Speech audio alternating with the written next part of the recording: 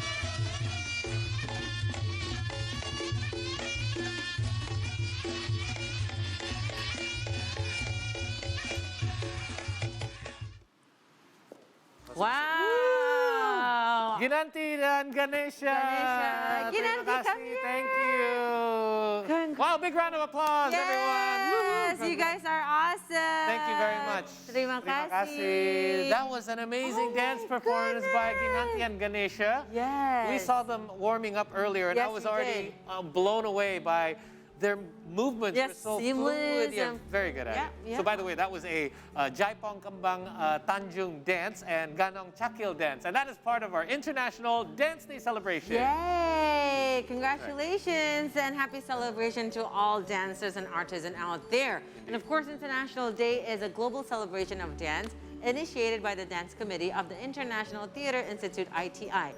Now, this institute is UNESCO's main partner in the field of performing arts. Shall we sit down, please? That's right. We Yes. should. Let's talk a little bit more about International Dance Day. Yes, please. This national observance takes place every April the 29th, the birthday of modern ballet pioneer Jean-Georges Mauvert. Now, it aims to encourage participation and education in dance through events and festivals that are held all over the world.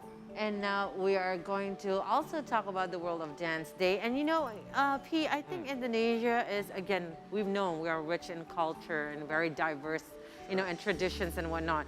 Can you imagine out of, you know, all the provinces, right, almost 34 provinces in Indonesia, and then you have so many different backgrounds and cultures and whatnot. I mean, again, I have a daughter, I would want her, you know, to be a ballerina one day and to, you know, master the ballet, but she has to know a lot of Indonesian traditional dances. Of course. Because as we just said, you know, Ginanti and also Ganesha, it's just so incredible seeing that. Yeah. Their movement, the way their costume, and it's just, it's amazing. And every time that you would perform outside of Indonesia, not even outside of Indonesia, you saw Tarik Kecak in Bali. yes. I'm always amazed every time I see it. By the way, they weren't even out of breath. I would have been wheezing by the end of that. But yeah, amazing stuff, guys. All right, well, we're now connected with Yeah. our guest, so why don't we go to it right now? This is one of Indonesia's top choreographers Yes. and dancers. Let's say hello to Mas Eko Supriyanto, all the way from Solo, Central Java. Good morning, Mas Eko. Selamat pagi. Good morning, Mas Eko. Sugeng Enjing. Good morning, and how are you? Selamat pagi. Good morning. Glad to have you. Thank you for joining us, by the way, this early in the morning. So let's get it right into our conversation, go. Mas Eko. Hope you're doing well.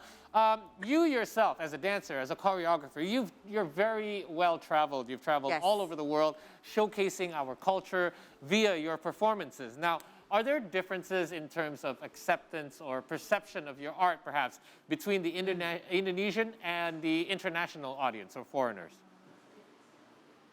Well, from my earliest career in dance and choreography, I think acceptance and appreciation from the world outside of Indonesia onto all the diversity of Indonesia is getting more even appreciating more.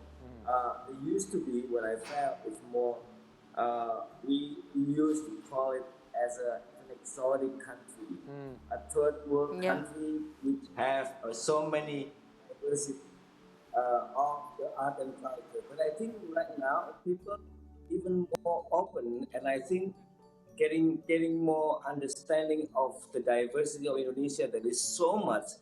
There is from 17,000 islands that we have so much many and many tradition of dance, especially. I think the more they get into the understanding and where we are coming from, and I think all the artists or choreographers or dancers from Indonesia is also pushing more into the boundaries of not only you know, presenting us as an exotic country, an exotic tradition, but also need to be, putting ourselves into the position that we are the same level as they are. That's what I feel that the most important, and the appreciation and accepting us, it's getting more there on the level, on the same level. That's right, and I also Yeah. feel that even though there are many Indonesian performers in the world of entertainment that has made it internationally, for many foreigners, it's still so new, something that they haven't Right. seen before, right? So it's very Right. refreshing. And it's so good to know also from you, Maseko, what you just stated before, that, the foreigners or the world is very open, especially to dances, from Indonesia and across Indonesia. Now, again, I see that traditional dances, always tells a story. I'm sure every international dances have their own stories, but ours is, telling the stories of the region or the district, or even the folk tales that we have from our, from certain areas and whatnot. Now, if the foreigners or the world is ready for Indonesia, what about the people of Indonesia? Are we ready also to cater about dancers? Now, we're going to talk about one of your masterpieces is called the Krai Jai Lolo dance. You don't dance this by yourself, and you're also performing with other 7 involved Jai Lolo youths to perform it. So is it now the time has difference? Because before, Maseko, when let's say a child tells their parents, I want to be a dancer, that'll be, very much uncommon to hear because, back days or, parents want you to be doctors and lawyers and whatnot. But seeing how gradually now, dancers and having a career as a dancer is just so much different, especially in this era. Do you think, now, especially the Indonesian is aware that dancing, is promising as a career? Well, so many doctors, so many, many field that is in the world that is really open. I think now it has to be dance field need to be also accepted as a career. I mean, Yeah. we have the opportunity now to have the education as the undergraduate, graduate, and even doctor and PhD program Yeah. for dance, and it's more open for even not only dance itself, performing itself, but also collaborating with a different field, with the costume, with the design, with the fashion, with even multimedia, with the technology, and I think and film. Take about 2 years after during the pandemic, we have so much collaboration and open opportunity to collaborate with any different field, and that's even giving more dance the opportunity to involve and to collaborate in many different way and many different level and many different field that can be as a career. And well, Cry Jai Lolo is one of the example. It used to be this region is really about being masculine culture. Yeah. Being a military is more important than being a dancer. I mean, not even thinking about dancer, but Yeah. when I took them outside of Indonesia, they went to Paris, they went to to Europe, to Germany, and they see that how much that they can be achieving dreams that Correct. can many different level. So it's well, that's one of the opportunity that I can giving the example. But I think right now, dance is not only can be only just a hobby, but also as a career and as a diplomatic solution of our nation. I mean, you know, it's war everywhere, but we dance, we can stand, and we can positioning ourselves to to to put it on the same level as they are in the world, that we are different, but we need to be peaceful together. One of one of the tools actually when And with maybe one of the dance. I tools think that's also to unify, right? If you're talking about the wars, I remember this, Maseko, and also P. There was two, I think, opera singer, one from Russia and from Ukraine, and that was actually when the war was start to Right. begin. And they were singing together and they were hugging at the end. Yeah. So performing arts could be the middle ground for a unified peace. I've always said that. I've truly believed that performing arts, music, and sports are the unifying factors Yes. that can bring nations together, Correct. that can pretty much speak a universal language as Yes. well. And you spoke a little bit about education, Maseko, and unfortunately, we did go through a pandemic the last 2 years. A lot of people had to study dance via virtual classes as well. So let's talk Online, let's talk a little bit about digitalization. I see it as a plus because now there's platforms like YouTube or TikTok even where people can Yeah. showcase projects or their works of art such as dance and music. How do you feel about this? Do you feel that it is saturating the industry a little bit? Because, performers like you are known to perform on a live stage, a theatrical performance Yeah. in front of a large crowd. However, now you see dance everywhere. And how do you think that changes your industry? Do you think it's good or bad? Well, I think there's a challenge. I think there's an open-minded and open opportunity to understanding that the world has been challenged by this pandemic, and including dance, including the field of arts. So I think right now, during this last 2 years pandemic, I think there's a good chance for us to taste that challenge. I think I personally, you know, take it a lot of advantage by that, by this online rehearsal, by this online performing, by this making a documentary or film or even TikTok, to get more followers on my Instagram, so I can connect to more of the world. I think that's possible, and I think that's 2 years should be enough already. But I think for me, I personally also again that dance and performing art need to be you know taste it, need to be feel it in the way of that should be. I mean, the sweat, the energy, and the sharing of the thought and the rasa, the idea. I Yeah. think that's also need to be also a performing live. So I think this combination it can be challenged, but also can be the open opportunity. So I'm not saying that I'm against that challenge right now that we have after the pandemic. But last I was performing in Taiwan and having 2 years online rehearsal in Taiwan. It was really hard. And finally, we have only 2 weeks to wait in Taipei. And I think that's the most opportunity that I can understand that dance and performing art need to be also at the same time have the chance to face to face and have a chance to perform in live. Yeah, so everything is just so hybrid right now, but hopefully we're gonna find a common ground between, doing, again, with the digitalization. But again, when you're seeing dancing, you want to see it right in front of your eyes. Absolutely. It's just that sacred moment where you feel like the heat and the stories. And Unfiltered, also, unedited. yeah, the energy from the dancer itself. Now, Mas Eko, Right. let's talk about the industry of performing arts in Indonesia. How can we really do support, the local communities, especially the dancers in Indonesia, again, from the public, and also what can, the government do, let's say, to support dancers and also those in performing arts industry in Indonesia? The most important thing that the artists in Indonesia, the choreographers at least, they need to understand English. They need to talk in English. Otherwise, they cannot explain what they are, who they are, and where they are, who are we, who we are. That's most very simple but very important. I think there's not a lot of choreographers can speak in English and explain what they're doing and what they research for.